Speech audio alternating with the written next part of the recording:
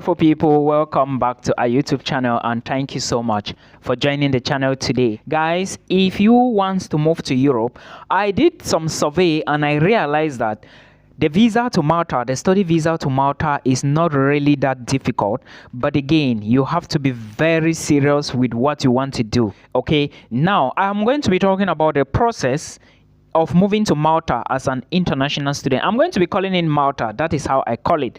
And if you really want to move to Malta, for those of you who have been asking me the procedure, for those who from Cameroon, remember the Malta embassy is in Yaoundé, so you can ask more information from the Malta embassy. Or to be on the safe side, do not even ask the Malta embassy, ask your university. Okay, so if you want to move to Malta using the study visa, then this is the process you need to follow. I'm going to be giving you the process involving everything you need, all right, like proof of funds, documents, everything.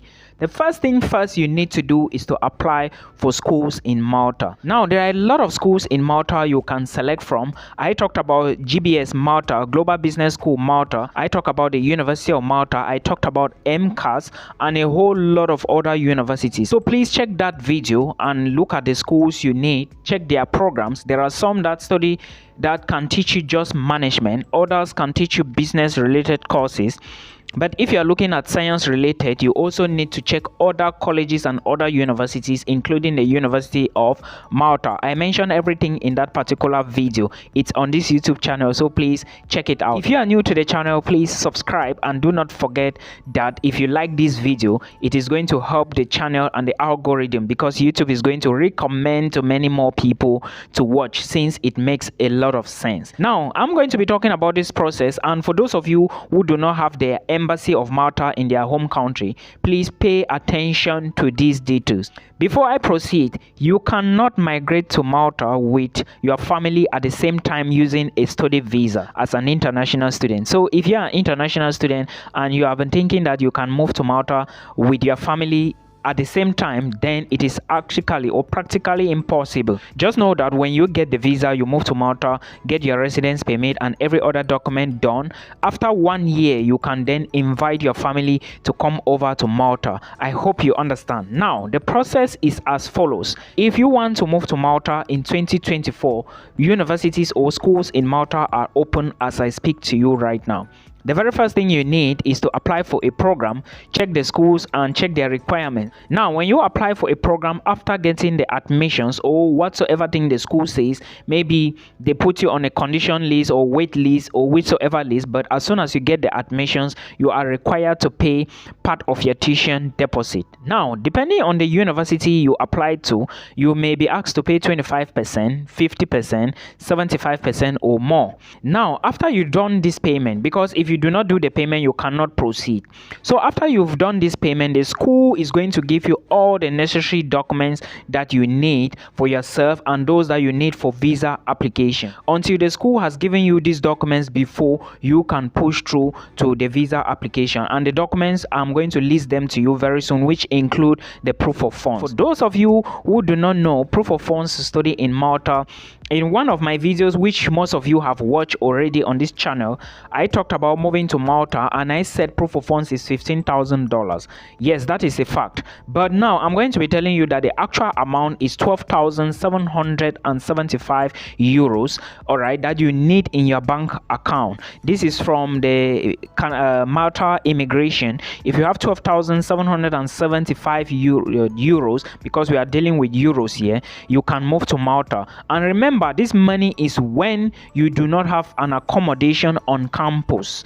If you do not have an accommodation on campus, that is going to take you for at least 6 months or 1 year or more. You cannot have less than this amount of money. So to be on the safe side, it is always good for me to tell you that having $15,000 or euros is your own advantage. It's for your own advantage.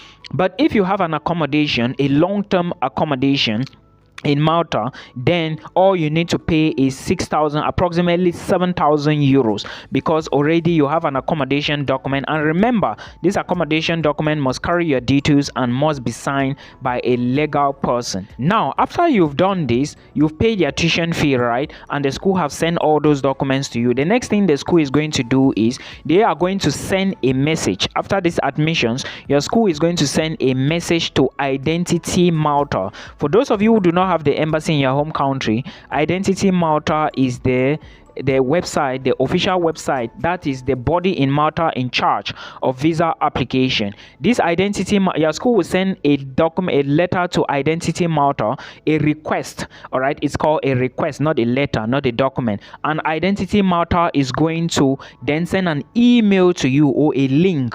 Now, this link they are sending to you, they are sending the link to you to upload all your required certificates and documents, all the documents you need for visa application. Remember, I'm going to start with the proof of funds. The proof of funds has to be at least 3 months old. That is the bank account you are using. It must be 3 months or older in age before you print the statement and upload on this link that was sent to you or has been sent by Indenty Malta. This is the process that you need. Now, among the documents, apart of proof of funds, you also need your insurance. Your medical insurance or travel insurance has to be equivalent to 30,000 euros. Now, there is a policy in Europe. If you want to travel, you will always pay for an insurance equivalent to 30,000 euros. It doesn't mean that you are going to pay 30,000 euros to somebody. No, that is not how it means. All you have to pay is a premium version. You will just go to the insurance company or check their websites. They are going to tell you how much you are going to pay. I think they charge not up to $1 per day. So you are going to calculate the number of days you want to stay in there. Then you give them the amount. They will take it from your card. I hope you understand. A link will be in the video description box for you to look at it very well. Then, a part of the insurance policy or your travel insurance, you equally need what is called hotel reservation or booking. And remember, you are booking this hotel for 15 days, at least 15 days. You have to live in the hotel for 15 days before you find your accommodation. So, but if you are moving to Canada, to Malta, and you already have accommodation details, you do not need to book a hotel again. But if you don't have hotel accommodation details, remember, the first thing is that proof of funds. You have to make it up to 12,775 euros. Just have your 15,000 euros at once. But if you have proof of hotel reservation, now remember, it's hotel you are booking, you don't have accommodation. So if you book hotel, you still need that money. But if you have accommodation that you have paid for over 6 months or more, then you do not need all this money again. I hope this point is clear. Then the next document you need now, remember, is your admissions offer letter, and you applied for a school, right? So you should have the admissions letter by now. Then you equally need what is called the flight booking. Flight booking, you are just reserving, you are not paying for any flight because you do not know the outcome of your visa application. So definitely you do not need to book any flight except your visa has been granted. Then a part of the flight booking, you will need what is called a filled out form. That is the visa form. You have to fill it out and sign it as well. Then remember, these documents I'm listing, you have to upload all of them to that link that was sent by Indenty Malta to you, because it is your school sending the information to them. Then they will now contact you. Okay, so you need your email and all those things. The school will send to them, then they will contact you. Then you upload all these documents on the link. All right, they have to be in PDF scan copies. Now remember, for the proof of funds, you can sponsor yourself, you can have a sponsor.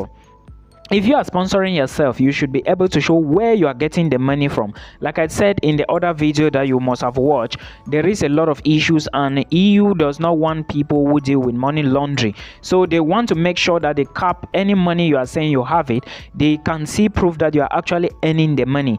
It's either you have a job or a business, or business is giving you this money. But if you do not have any of the above and you have sponsors, where are they getting their money from? You should also show their sponsorship letter and their job documents and their pay slips as well. Remember, if you have a sponsor, the sponsor needs to go to the court and do what is called affidavit of sponsorship. All right, and it has to be signed by the court. That affidavit is saying that the person now is claiming that he is the one to sponsor your education, and he has this amount of money, 12,775 in his bank account, and will be taking care of your studies in Malta till you finish and come back to your home country. I hope you understand. This is how an affidavit has to be written. Then the application forms, you have to fill them as well. Remember, I said at the beginning of this video that you cannot move to Malta with your family. It is practically impossible. So you need to consider all these things and put them into consideration before you start the journey. If you have a family and you must move with them, try Canada, try Sweden, try Portugal, all right, try Austria. These are other countries. Even Austria, you cannot, it's complicated moving with family at the go. You can try Finland. Finland is very flexible for family, but remember, the more you add people, the more proof of funds you need to show to the officials of that particular country. Now we have finished with this, and remember, your documents are still on Identity Malta. When you finish uploading all those documents, now Identity Malta will review your documents and get back to you. If a document is missing, they are going to tell you to supply it. If everything is okay, they will give you a result or tell you that your result is positive or negative. If negative, okay. If positive, then you will now pay the visa fee. The visa fee is 270 euros. Am I correct? Yes. When you pay the visa fee, you are going to pay with the visa card. All right. When you pay the visa fee, you have to send the receipt to them. Definitely, they are going to then tell you the next stage you have to go with this documentation, which I'm equally going to tell you. Now, remember, if you pay 270 euros, there is something that you still need to attach. If you are self-sponsored, you need to bring the visa card. The card that is attached to that account, you need to scan the card on both sides and send to Identity Malta. They want to make sure that the money you are claiming you have in your account is readily available for you and also accessible to you. All these monies you are saying that you have them, remember that the money is in your bank card. Someone just asked me a question about visitor's visa for 2 weeks, and I told the person that he needs at least, because his question said, how much do you need as cash or in the debit card to have to prove to the visa officer that you are going to stay for 2 weeks? I told him 10,000 Canadian dollars. Now he came back and was telling me that if you are caught with 10,000 Canadian dollars entering the airport is a big problem. Imagine, he didn't even understand the question he's asking.